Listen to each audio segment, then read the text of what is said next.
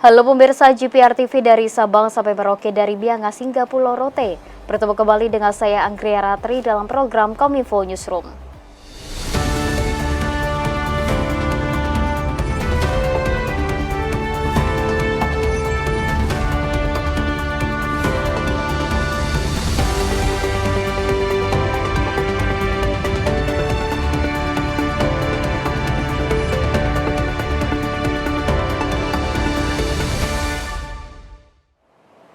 Kita ke informasi yang pertama pemirsa, Presiden Joko Widodo menerima penghargaan tertinggi Grand Color Order of the State of Palestine dari Presiden Palestina Mahmud Abbas. Penghargaan ini diberikan sebagai bentuk pengakuan atas dukungan yang konsisten dari Indonesia terhadap rakyat Palestina dan pejuang kemerdekaan.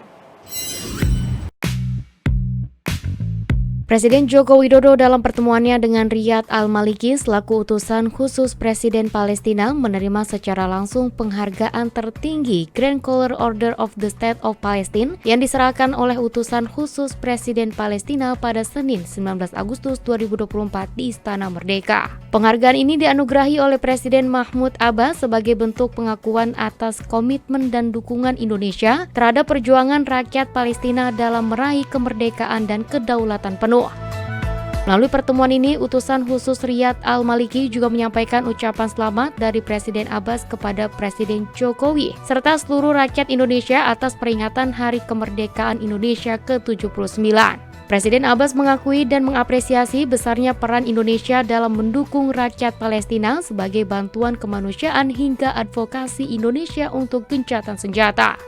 Melalui keterangan persnya, Menteri Luar Negeri Retno Marsudi menjelaskan dalam pertemuan ini Presiden Jokowi juga menegaskan posisi Indonesia yang akan terus mendukung perjuangan bangsa Palestina secara konsisten. Indonesia juga akan terus menyuarakan gencatan senjata, bantuan kemanusiaan, serta solusi dua negara. Presiden Jokowi juga menyampaikan akan terus memperjuangkan pengakuan internasional dan keanggotaan penuh Palestina di PBB. Di dalam pertemuan, Bapak Presiden antara lain menyampaikan kejelasan mengenai posisi Indonesia yang konsisten untuk terus mendukung perjuangan bangsa Palestina. Indonesia juga akan terus menyuarakan gencatan senjata, bantuan kemanusiaan yang tanpa terkendala, dan tentunya solusi dua negara. Indonesia juga akan terus melakukan pendekatan kepada negara-negara anggota PBB agar mengakui Palestina dan mendukung keanggotaan penuh Palestina di PBB.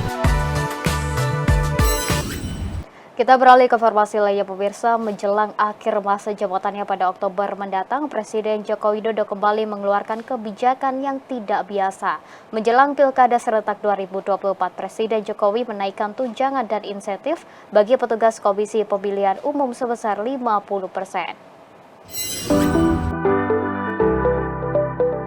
Presiden Joko Widodo memutuskan untuk menaikkan tunjangan insentif anggota Komisi Pemilihan Umum di seluruh Indonesia sebesar 50%. Hal tersebut disampaikan Presiden dalam acara konsolidasi nasional kesiapan Pilkada serentak 2024 di Jakarta Convention Center, Jakarta pada Selasa 20 Agustus 2024. Dalam kesempatan itu, Presiden meminta maaf kepada seluruh jajaran anggota KPU karena tunjangan insentif anggota KPU tidak mengalami kenaikan sejak 2014. Presiden mengaku tugas yang diemban oleh anggota KPU sangat berat. Untuk itu, Presiden sangat menghargai serta menghormati kerja keras KPU dari pusat sampai daerah yang telah sukses dan berhasil menyelenggarakan seluruh tahapan Pilpres dan Pemilu Legislatif 2024 secara aman, tertib, dan lancar. Dan formula kenaikannya sederhana, hitung, kemudian ketemu, dan kemarin diputuskan kenaikannya sebesar 50%.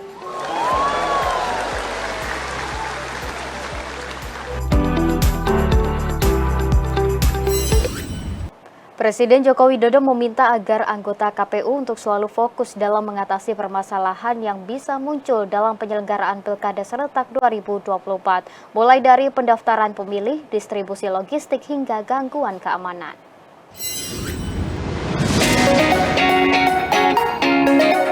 Komisi Pemilihan Umum Republik Indonesia menjadi pengawal utama kualitas demokrasi elektoral di Indonesia. Untuk itu, dalam acara konsolidasi nasional kesiapan Pilkada serentak 2024 di Jakarta, Presiden Joko Widodo berpesan agar KPU tidak mengulangi kesalahan-kesalahan pada pemilu 2024. Pada November mendatang, Pilkada serentak pertama kali akan digelar di 508 kabupaten kota dan 37 provinsi yang melibatkan 203 juta pemilih. Melihat besarnya tantangan dalam pelaksanaan Pilkada kali ini, Presiden meminta agar anggota KPU fokus dalam mengatasi permasalahan yang bisa muncul mulai dari pendaftaran pemilih, data pemilih tidak akurat, data ganda, distribusi logistik, penyimpanan, pelaksanaan pemungutan suara, kerusakan alat, gangguan keamanan, hingga sosialisasi. Selain itu juga penting untuk meningkatkan fungsi pengawasan proses pemilu dengan menempatkan pengawas independen yang netral, meningkatkan transparansi proses penghitungan suara dengan menggunakan teknologi yang available, meningkatkan partisipasi masyarakat untuk mencegah kecurangan yang ada, dan menegakkan hukum bagi pihak-pihak yang melakukan praktek money politik. Jadi, tolong laksanakan tugas dengan penuh rasa tanggung jawab, dengan penuh dedikasi, dengan seluruh kehormatan dan integritas. Komisi Pemilihan Umum mengadakan rapat konsolidasi nasional untuk memastikan kesiapan menghadapi Pilkada serentak 2024. Acara ini dalam rangka menyamakan pemahaman tentang ketentuan-ketentuan penting dan menindaklanjuti isu-isu strategis demi keberhasilan Pilkada mendatang. Komisi Pemilihan Umum Republik Indonesia menyelenggarakan rapat konsolidasi nasional sebagai bagian dari persiapan Pilkada serentak 2024. Acara ini bertujuan untuk menyamakan pemahaman tentang ketentuan-ketentuan penting dan menindaklanjuti isu-isu strategis demi keberhasilan Pilkada mendatang. Ketua KPU RI Muhammad Afifuddin menekankan pentingnya konsolidasi untuk mendapatkan masukan dan saran yang konstruktif dari berbagai pihak. Afifuddin melaporkan acara konsolidasi ini diikuti 3.743 peserta, terdiri atas 406 peserta KPU RI, 246 dari KPU Provinsi, 3.084 dari KPU Kabupaten Kota, dan 7 orang narasumber tamu undangan dari kementerian lembaga. Rapat konsolidasi nasional dalam rangka kesiapan Pilkada 2024 ini diselenggarakan dalam rangka memberikan pemahaman yang sama terhadap ketentuan dan yang harus dipedomani untuk menindaklanjuti isu-isu strategis, mendapatkan masukan dan juga saran konstruktif dan membangun untuk kesuksesan persiapan pelaksanaan Pilkada 2024. Pemirsa, Mahkamah Konstitusi menegaskan syarat batas usia calon kepala daerah harus terpenuhi pada saat penetapan pasangan calon peserta Pilkada oleh Komisi Pemilihan Umum. Dalam hal ini, Wakil Ketua MK Sali Isra mengatakan pengaturan mengenai syarat batas usia minimum calon kepala daerah tidak mengalami perubahan, yakni berusia paling rendah 30 tahun untuk calon gubernur dan calon wakil gubernur, serta 25 tahun untuk calon bupati dan calon wakil bupati, serta calon wali kota dan calon wakil wali kota.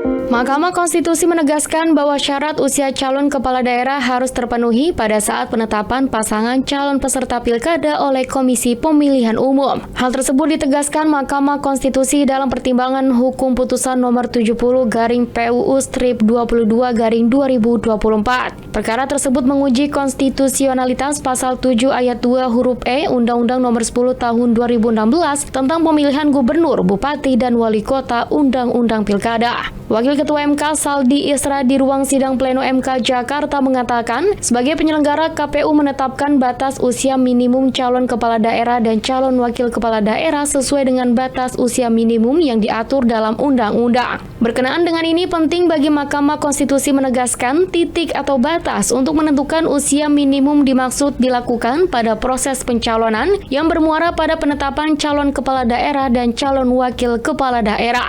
Terdapat urutan rangkaian atau tahapan kegiatan yang berada dalam satu kelindan, yaitu tahapan pendaftaran, penelitian persyaratan calon, dan penetapan calon kepala daerah dan wakil kepala daerah.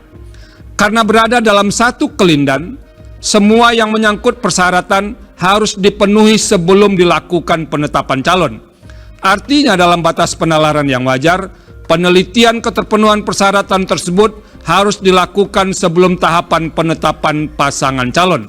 Dalam hal ini, semua syarat sebagaimana diatur dalam pasal 7 Undang-Undang 10 2016 harus dipastikan telah dipenuhi sebelum penyelenggara